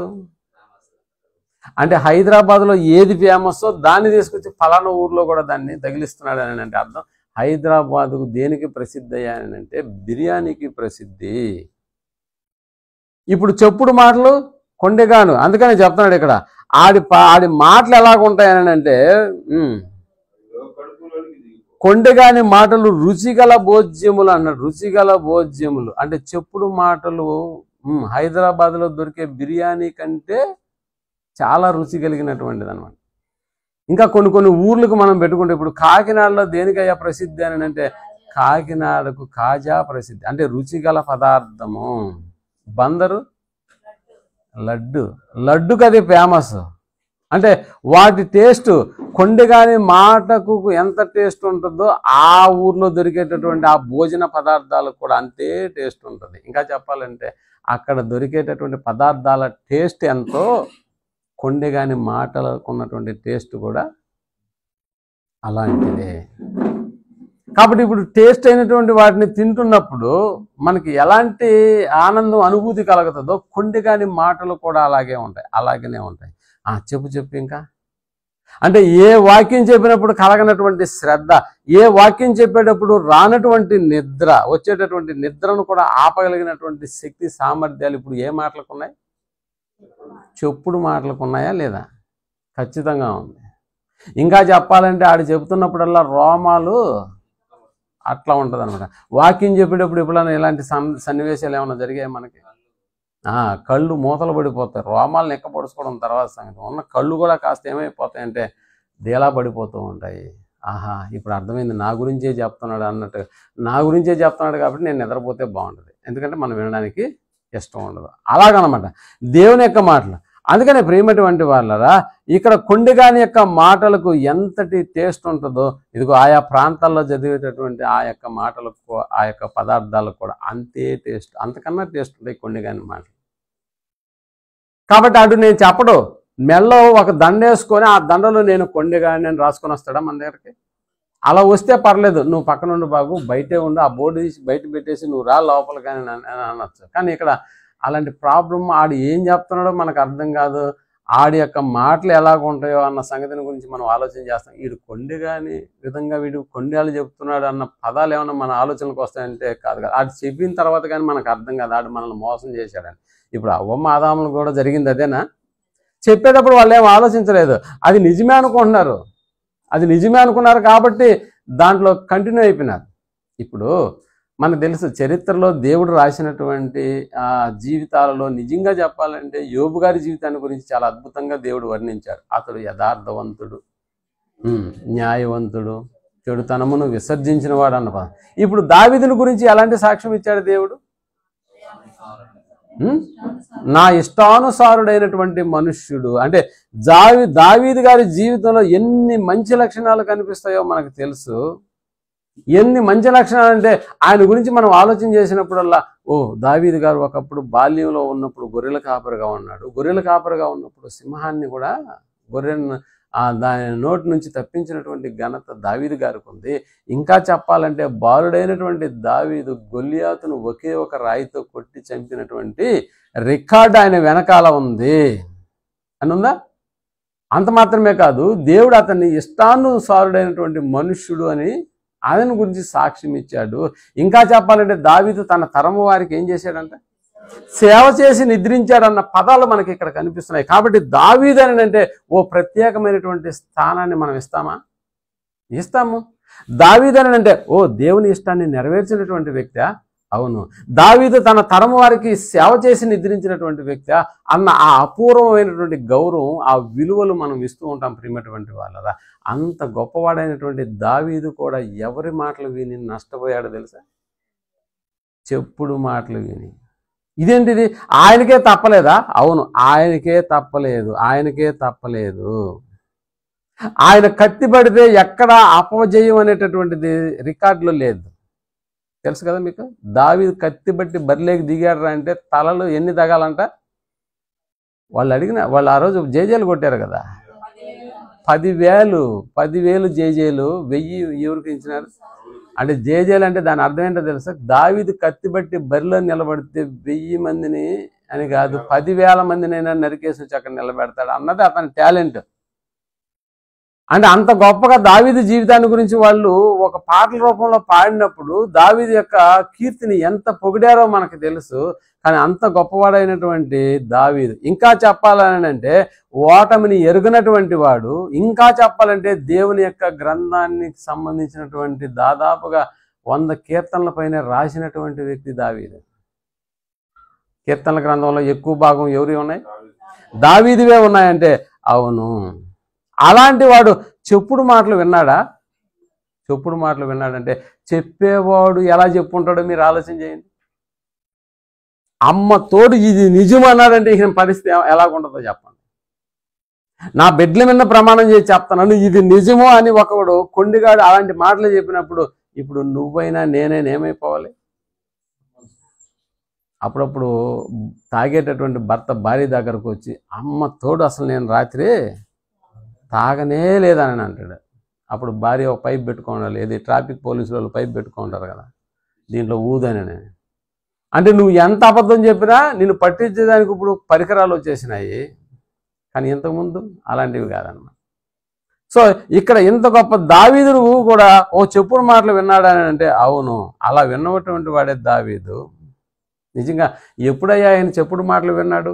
ఏంటి అసలు ఏం జరిగింది దావీదు జీవితంలో అంటే మనకు తెలుసు. దావీదు సౌలు అనేటటువంటి ఆయనకు అల్లుడు, అంతేనా? సౌలు అనేటటువంటి ఆయన ఇశ్రాయేలుకు మొట్టమొదటి రాజు. యుద్ధంలో అక్కడ జరుగుతుంటే అసలు ఏం జరుగుతుందిరా ఇక్కడ ఆయన అంటే ఎవడో గొల్లియాతు గడు రోజుకి 40 ఉదయం ఒకసారి రాత్రి ఒకసారి వచ్చి ఆడు సవాలు విసిరిపోతున్నాడంటే సరే ఇంతకీ రాజు ఏమంటున్నాడంటే ఏం లేదు, ఆయన కొట్టినటువంటి వాడికి ఆ రాజ్యంలో సగం ఇంకా కూతురునిచ్చి పెళ్లి చేసేస్తాడంట. అనగానే అబ్బా కూతురు ఎట్లుంటుందని ఊహించుకున్నాడా? కాదు ఆడి ఊడు అసలు ఆడిని వినీతి సున్నతి లేనటువంటి వాడు ఇక్కడికి వచ్చి అనే పదం మీదే ఉంది కానీ కాన్సన్ట్రేషన్ అంతా సౌలు కూతుర్ని పెళ్లి చేసుకోవాలన్న ఆలోచన ఏమైనా ఉందా? లేదు. అయినా పోయి కొట్టేసినాడు, చంపేసినాడు, అయిపోయింది. ఇప్పుడు అక్కడి నుంచి విషపు చూపు మొలిచిందన్న సంగతి కూడా మనకు తెలుసు. నేను కొంచెం త్వరగా లాగుతాను, ఆ స్క్రిప్ట్లో మీకు ఏమేం జరుగుతుందో. అంటే దావీదును చంపడానికి సౌలు చేసిన ప్రయత్నాలన్నీ విఫలమైపోయాయా? విఫలమయ్యా? అసలు చంపలేదా? ఎన్ని ప్రయత్నం, తన దగ్గర తన వాడుకు చొప్పున తన దగ్గర పెట్టుకునేటటువంటి ఈటిని కూడా ఇసిరిన ప్రతిసారి కూడా దాని నుంచి తప్పించుకున్నాడు. ఇంకా చెప్పాలంటే సౌలుకు ఒక కొడుకున్నాడు, యోనాతాన్, అంతేనా? యోనాతాన్ నిజంగా సౌలు తర్వాత సౌలుకున్నటువంటి ఆ రాజ్యాధికారం ఎవరికి రావాలి? యోనాతానికి రావాలి. కానీ అలాంటి యోనాతానే దావీదును ప్రేమించాడు. వాళ్ళ నాన్న చేస్తున్నటువంటి ప్రతి కార్యక్రమాన్ని గమనిస్తున్నటువంటి యోనాతాను ఇప్పుడు ఆ సింహాసనానికి అర్హత నేను కాదు, నేను కుమారుణ్ణే, అయినా కూడా నాకు రావాలి, అయినా నాకొద్దు, కానీ దావీదు దీనికి అర్హుడని చెప్పి దావీదుకి ఎంత సహాయం చేశాడో మనకు బాగా తెలుసు. యోనాతాన్ అనేటటువంటి ఆయన దావీదుకు చేసినటువంటి సహాయం అంతా ఇంత కాదు ప్రియమైనటువంటి వాళ్ళరా. కానీ ఒకానొక రోజు సౌలు యోనాతాన్ ఇద్దరు చనిపోతారు.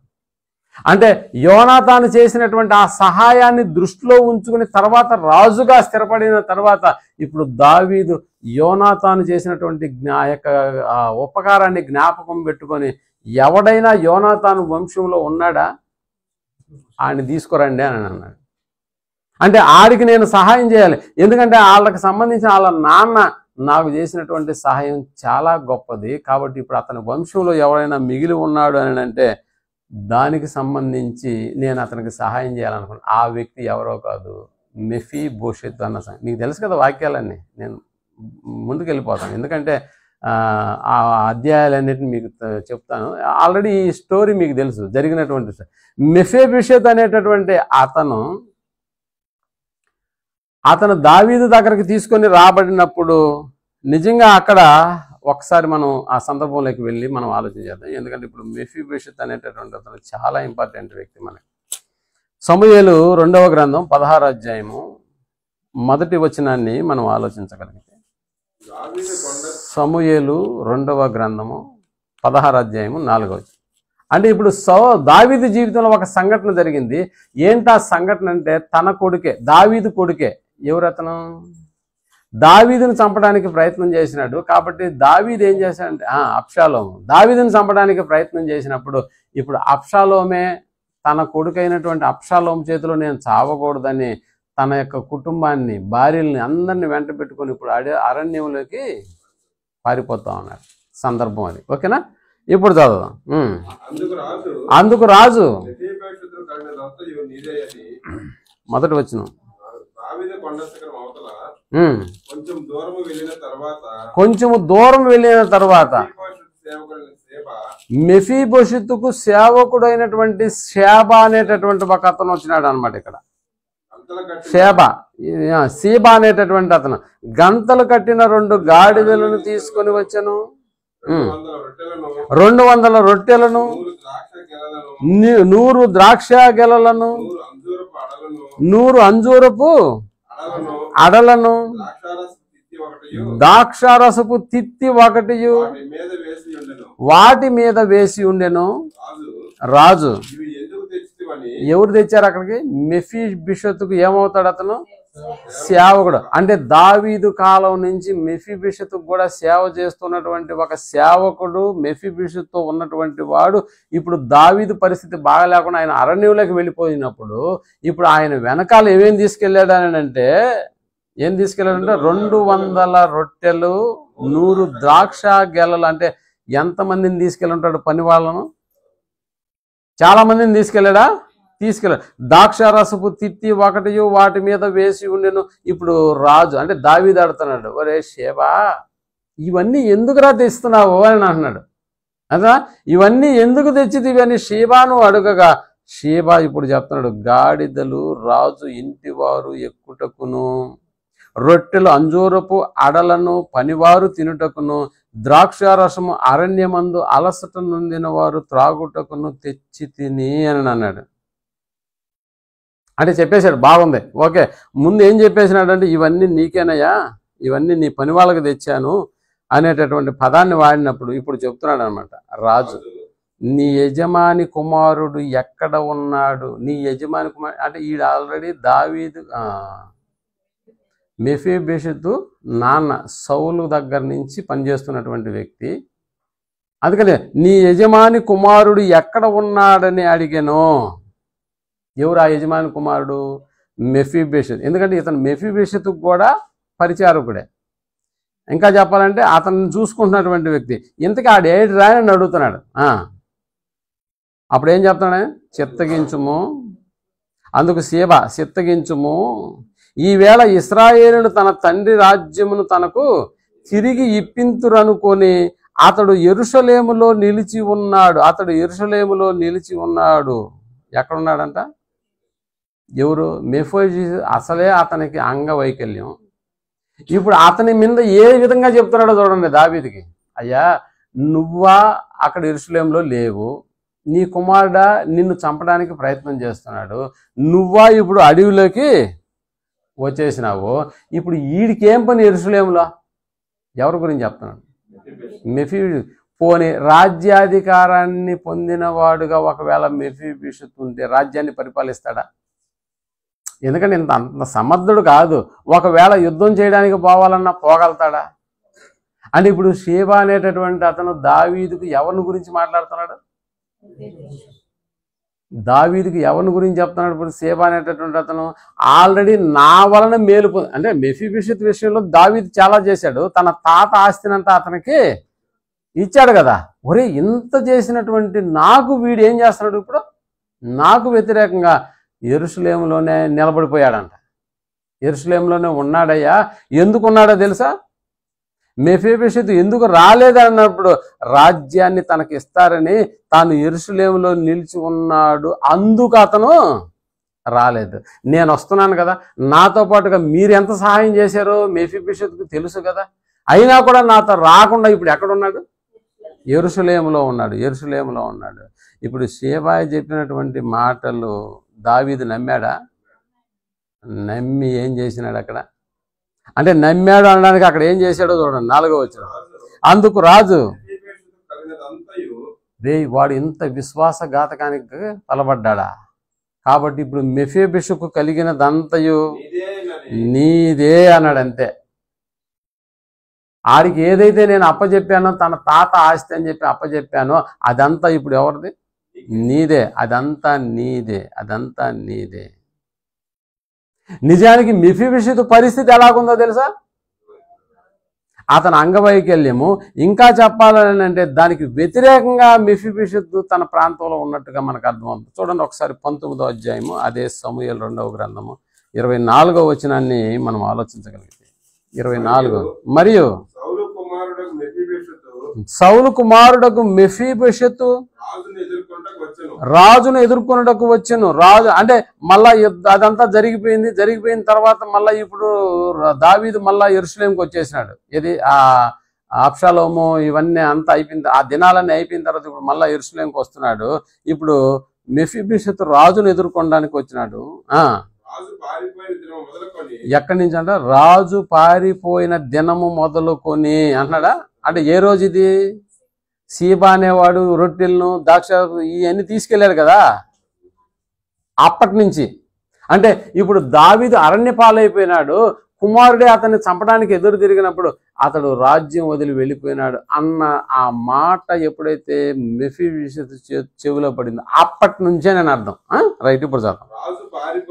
రాజు పారిపోయిన దినం మొదలుకొని అతను సుఖముగా తిరిగి వచ్చిన నాటి వరకు ఏం చేయలేదంట.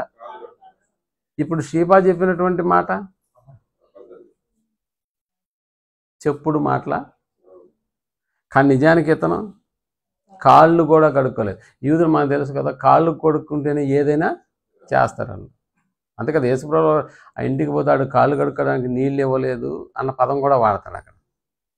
అంటే వాళ్ళు కడుక్కుంటేనే తప్ప ఏ కార్యక్రమం అంటే తినడం అనేటటువంటి కార్యక్రమం కూడా వాళ్ళు స్టార్ట్ చేయరు. కానీ మెఫీబోషెతు ఏం చేస్తున్నాడు? కాళ్ళు కనుకొయు, గడ్డము కత్తిరించుకొనకయు, బట్టలు ఉతుకు కొనకయు ఉండెను.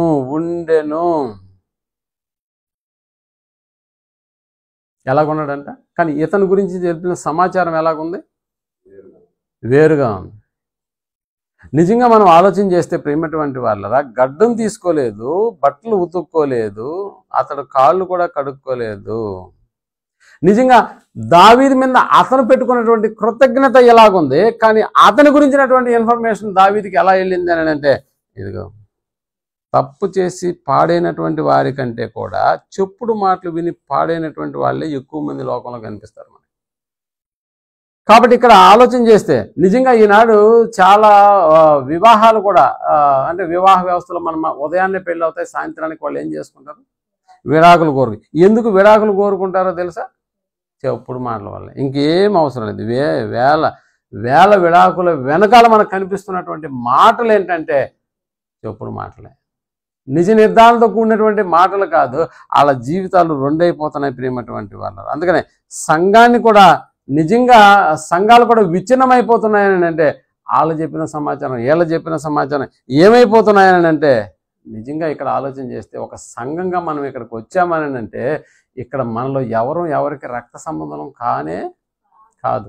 మన జాతులు వేరే, మన సంస్కృతులు వేరే, మన బ్యాక్గ్రౌండ్ వేరే, మన చదువులు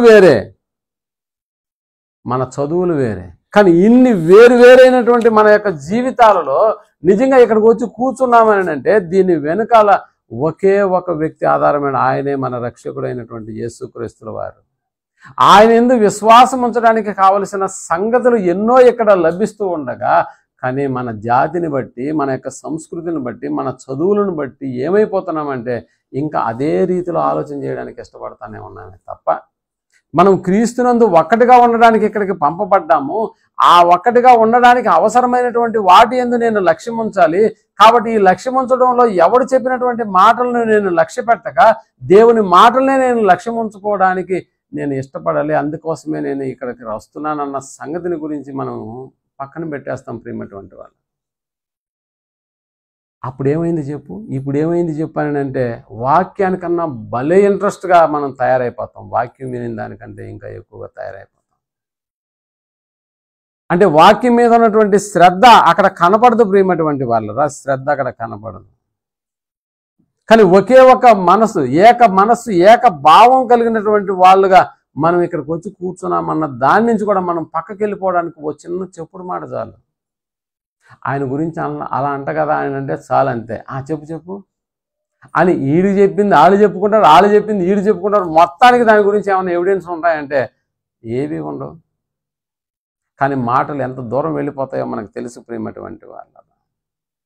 అందుకనే ఎవడు ఏ రకమైనటువంటి మాటలు చెప్తున్నాడో నువ్వు కొంచెం వివేచన కలిగి ఆలోచన చేయి. అతడు నోరు తెరిస్తే వాక్యం చెప్తున్నాడా, ఓకే. ఇప్పుడు ఆడు నోరు తెరిచిన ప్రతిసారి ఫలానా గురించి అని అంటున్నాడు. ఈ సంగతి నీకు తెలుసా? అసలు ఆ చీర ఎక్కడ కొనిందో, అసలు ఎలా కొనిందో అన్న సంగతిని గురించి అన్నావు. చెప్పు అన్నట్టుగా ఆడవాళ్ళైతే. ఇక మగవాళ్ళైతే ఆడేం చేశాడు, ఈడేం చేశాడు అన్న దాని గురించి కూడా ఆరా తీస్తుండలో దాంట్లో ఉన్నటువంటి ఆసక్తి. చెప్పినటువంటి వాక్యాన్ని ఎప్పుడైనా ఇంటికి వెళ్ళి డిస్కషన్ చేసుకున్న సందర్భాలు ఏమైనా ఉంటాయా? ఏ కుటుంబం కూడా అలా జరగదు. ఆన్లైన్లో వాక్యం వింటుంటాం కదా ప్రతిదినం. ఆన్లైన్లో వాక్యం వింటున్నప్పుడు కూడా కుటుంబ సభ్యులను కూడా ఎవరు ఏకం చేయట్లేదు. నీ సెల్ ఫోన్ నీదే, నా సెల్ ఫోన్ నాదే. వింటే నువ్వు విను, లేకపోతే వినబాకు. వాక్యాన్ని నేను వింటాను, కొన్నిసార్లు నేను కూడా వినను అన్నట్టుగా ఏమైపోతుంటే తయారైపోతుంది. మరి కుటుంబంగా ఉండడం దేనికి? కలిసి తింటున్నావు, కలిసి ఆలోచన చేస్తున్నావు, కుటుంబానికి కావాల్సింది ఏదో దాన్ని సమకూరుస్తున్నావు. మరి వాక్యం విషయంలో ఎందుకు దూరం అయిపోతున్నారు అందరూ? లోకంలో ఉన్నటువంటి వాడే ఇది మాది ఫ్యామిలీ రెస్టారెంట్ అని పెట్టినప్పుడు ఫ్యామిలీని తీసుకెళ్ళి అక్కడ కూర్చొని ఐస్ క్రీమ్ తింటావు. ఒకడే కాదు నేను చెప్పేది, ఫ్యామిలీతో. మరి వాక్య విషయంకి వచ్చేసినప్పుడు ఎందుకు నీ కుటుంబం నీతో ఏకం కావట్లేదు? ఎందుకు నీ కుటుంబం ఏకం కావట్లేదు? కారణం ఏంటంటే అది దేవుడు చెప్పే మాట కాబట్టి నీకు నచ్చదు, నీకు ఆసక్తి దాని మీద ఉండదు. మరి దేని మీద ఆసక్తి ఉంటుంది? ఎవడైనా చెప్పుడు మాట చెప్పినప్పుడు చెప్పు, కుటుంబం యావచ్చు అలాగా అనేటటువంటి ఆ సందర్భ ఆశ్చర్యానుసారమైనటువంటి ఆ ఎక్స్ప్రెషన్స్ అవన్నీ పెట్టి చెవులు నిక్కబొడుచుకునేలాగా తోముతున్న అంట్లు కూడా పక్కన పడేసి చేస్తున్న పనులు కూడా ఆ రోజు వాటిని కటాప్ చేసేసి వచ్చి ఎన్నో సంగతులు చెప్తున్నటువంటి వాటి మీద ఆసక్తి కనపరుస్తాము. దురదృష్టం కదా ఇది. వాక్యానికి ఇచ్చినటువంటి ఇంపార్టెంట్, వాక్యం మీద చూపించాల్సినటువంటి శ్రద్ధ, ఆసక్తి మరి దేని మీద చూపిస్తున్నామంటే చెప్పుడు మాటల మీద. దానివల్లే కదా సంబంధాలన్నీ దెబ్బతింటున్నాయి. దానివల్లే కదా విడాకులు నిజంగా ఏమైపోతున్నాయని అంటే ఎన్నో కుటుంబాలు చిన్న భిన్నమైపోతున్నాయి, సంఘాలు నాశనం అవుతున్నాయి. కాబట్టి జాగ్రత్తగా ఆలోచన చేయాలి ప్రియమిటం. అందుకని చెప్తున్నాడు సామెతల గ్రంథం ఒకసారి మళ్ళీ 26వ అధ్యాయం 20వ వచనంలోకి వెళ్ళి మనం ఆలోచించగలిగితే జ్ఞానైన సొలొమోను ఓ చక్కటి మాటను గురించి ఇక్కడ ప్రస్తావన చేస్తున్నాడు. 26వ అధ్యాయం 20వ వచనాన్ని మనం ఆలోచన చేస్తాం. రైట్, చెప్పండి. కట్టెలు లేని ఎడల అగ్ని ఆరిపోవును. అంతే కదా, కట్టెలు లేకుండా అగ్ని ఉంటుందా? ఒకవేళ 2-3 కట్టెలు పెట్టి వెలిగించినామంటే కొద్దిగా ఆ కట్టెలు ఉన్నంత వరకే మండుతుంది, అగ్ని ఆరిపోవును. కొండెగాడు లేని ఎడల, అదిగో జగడం కూడా ఎలా చల్లారిపోతుంది? కొండెగాడు లేకపోతే జగడము చల్లారిపోతుంది. ప్రియమైనటువంటి వాళ్ళరా, ఇక్కడ బంధాలను బలపరుచుకోవాలని అంటే చెప్పుడు మాటలను లక్ష్య పెట్టకూడదు. అందుకనే చెప్పుడు మాటలు కూడా లోపలికి వచ్చే ప్రతిసారి, నేను చెప్పేది ఇక్కడికి లోపలికి వచ్చే సంగతి కాదు, మనం ఎవరింటికైనా వెళ్ళినప్పుడు, మన ఇంటికి ఎవరైనా వచ్చినప్పుడు, లేకపోతే ఇప్పుడు ఇళ్ళకి తిరగడం చాలా దూరం అయిపోయింది కదా, చాలామంది ఒకరిళ్ళకి ఒకరు వెళ్ళట్లేదు. కారణం ఏంటంటే ఒక ఫోన్ కొడితే అతను లైన్లోకి వచ్చేస్తాడు. సో అలాగనమాట. కావాలంటే నువ్వు వీడియో కాల్ కూడా చేసేస్తావు. అంటే దగ్గర ఉన్నట్టుగా కూడా ఈ రోజుల్లో ఏమైపోతుందంటే మాట్లాడుకునేస్తూ ఉన్నాం. కాబట్టి ఒక ఫోన్ కాల్ వచ్చినా కూడా, ఒక ఇంటికి మనం వెళ్ళినా కూడా మనం బయట పెట్టవలసింది ఏంటంటే చెప్పుడు మాటలు. మరి ఫోన్లో ఎలా పెడతామండి చెప్పులు అని అంటామేమ్మ. ఫోన్లో నువ్వు చెప్పులు బయట పెట్టేదానికి వీలు కాకపోవచ్చు, బట్ చెప్పుడు మాటలు చెప్పకుండా ఉండేదానికి అక్కడ నీకు అవకాశం ఉంటుంది. కాబట్టి అలాంటివి వద్దు. ఒకవేళ ఏదైనా చెప్పాల్సిన పరిస్థితి వస్తే దానికి సంబంధించినటువంటి పూర్తి వివరాలతో ఆ వ్యక్తితో నువ్వు మాట్లాడు. అంతేకాని వ్యక్తులు లేనప్పుడు ఎలాంటి సందర్భాలనైనా మనం మొక్కీకరించి మాట్లాడుకుంటే అది దేవుడు కూడా నచ్చడు. కాబట్టి అక్కడ ఏం జరుగుతుందని అంటే చెప్పినటువంటి వాడేమో బాగుంటాడు, విన్నటువంటి వాడు ఆటోమేటిక్గా ఏమైపోతాడు? చెడిపోతాడు. ఎందుకంటే ఆడికి నిద్ర పట్టదు. ఇక నాకు ఏదో ఒక రాయి వేసేసి వెళ్ళిపోతామా, ఇక ఆడికి నిద్ర పట్టదు. అందుకని ప్రియమైనటువంటి వాళ్ళరా, ఎప్పుడైతే దావీదు గారు సేబా చెప్పినటువంటి మాటలు విన్నాడో ఆ చెప్పుడు మాటలు కూడా అతనికి బహుమానంగా ఏమిచ్చాడు? సీబా మెఫోషెతుకు ఏదైతే ఆస్తిని ఇచ్చానో అదంతా నీది అనేసినాడు. అంటే దావీదు కూడా విన్నాడా? దావీదు కూడా విన్నాడు. మరి దావీదు అంత గొప్పవాడు కదా. ఎంత గొప్పవాడు? దేవుడే మెచ్చుకున్నాడు కదా. కీర్తనలు రాశాడు కదా. విజయం అనేటటువంటిదే కదా ఆయన జీవితంలో నడిచింది. మరి అలాంటి ఆయన కూడా చెప్పుడు మాటలు వింటాడా? ఎవడైనా వింటాడు. మేము వినమా? నువ్వు వినవా? ఎవరైనా వింటారు. కానీ చెప్పేటటువంటి వాడు ఎలాంటి వాడు అన్న సంగతిని గురించి కూడా నువ్వు లెక్కలేసుకో. ఆడు చెప్తున్నది వాస్తవమో కాదో నీ దగ్గరకు వచ్చి ఏదో ఒక మాట గాలిలో విసిరేసిపోతే దాన్ని లక్ష్య పెట్టబాకు. వినదగుని ఎవ్వరు చెప్పినా వినినంత తోడనే ఎగిరి పడబాకు. ఆడు చెప్పేశాడు, ఇక నాకు ఆడి జుట్టంతా నా చేతిలో ఉందని నువ్వు ఎగిరి సంకలే గుద్దుకోబాకు. అది నీ జీవితానికి దారి తీస్తుంది, నాశనమే. అందుకని ప్రియమైనటువంటి వాళ్ళరా, ఇప్పుడు పౌలు గారి యొక్క జీవితాన్ని కూడా మనం ఆలోచన చేసినప్పుడు దావీదు అంటే రాజుల కాలంలో జరిగింది, బట్ పౌలు అంటే మొదటి శతాబ్దపు కాలంలో.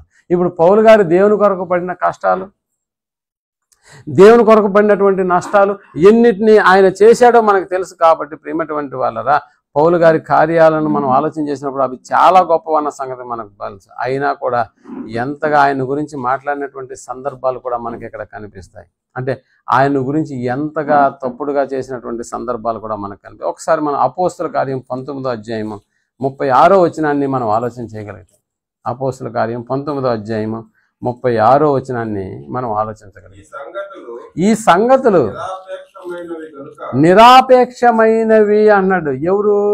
అక్కడ ఉన్నటువంటి ఒక కారణము, అన్యుడు, దేవుణ్ణి ఎరగనటువంటి వాడు, ఆల్రెడీ పౌలు మీదకి వచ్చినటువంటి ఆ అబంధాలు, లేకపోతే ఇంకా చెప్పాలంటే చెప్పుడు మాటలు, వీటన్నింటి గురించి ఒక అన్యుడు చెబుతున్నటువంటి మాట ఇక్కడ మనం కానీ లక్ష్యం ఉంచగలిగితే, ఆయన చెబుతున్నటువంటి ఈ మాటలు, ఈ సంగతులు నిరాపేక్షమైనటువంటివి కనుక మీరు శాంతము కలిగి ఏదియు ఆతురపడి చేయకుండుటకు ఆవశ్యకము చేయబాకండి.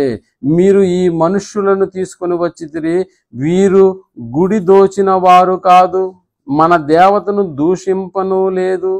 దేమేత్రికిని అతనితో కూడానున్న కంసాలులకును ఎవని మీదనైనను వ్యవహారం ఏదైనా ఉన్న ఎడల న్యాయ సభలు జరుగుతున్నవి, అధిపతులు ఉన్నారు కనుక వారు ఒకరితో ఒకరు వాద్యమాడవచ్చును. అయితే మీరు ఇతర సంగతులను గురించి ఏమైనా విచారణ చేయవలనని ఉంటే అది క్రమమైన సభలో పరిష్కారమగును అన్నాడు.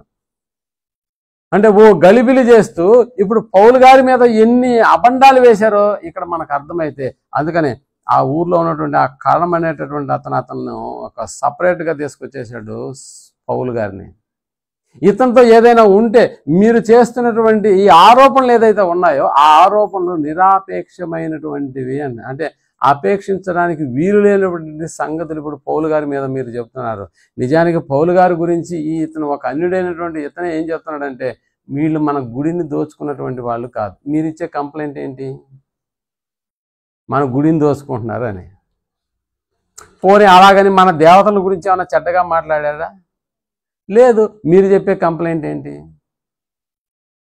మన దేవతల గురించి చెడ్డగా మాట్లాడారు. అంటే నేను కొండలు ఎలాగుంటాయో ఇప్పుడు పౌలు గారి మీద కూడా ఇలాంటివి వచ్చాయా?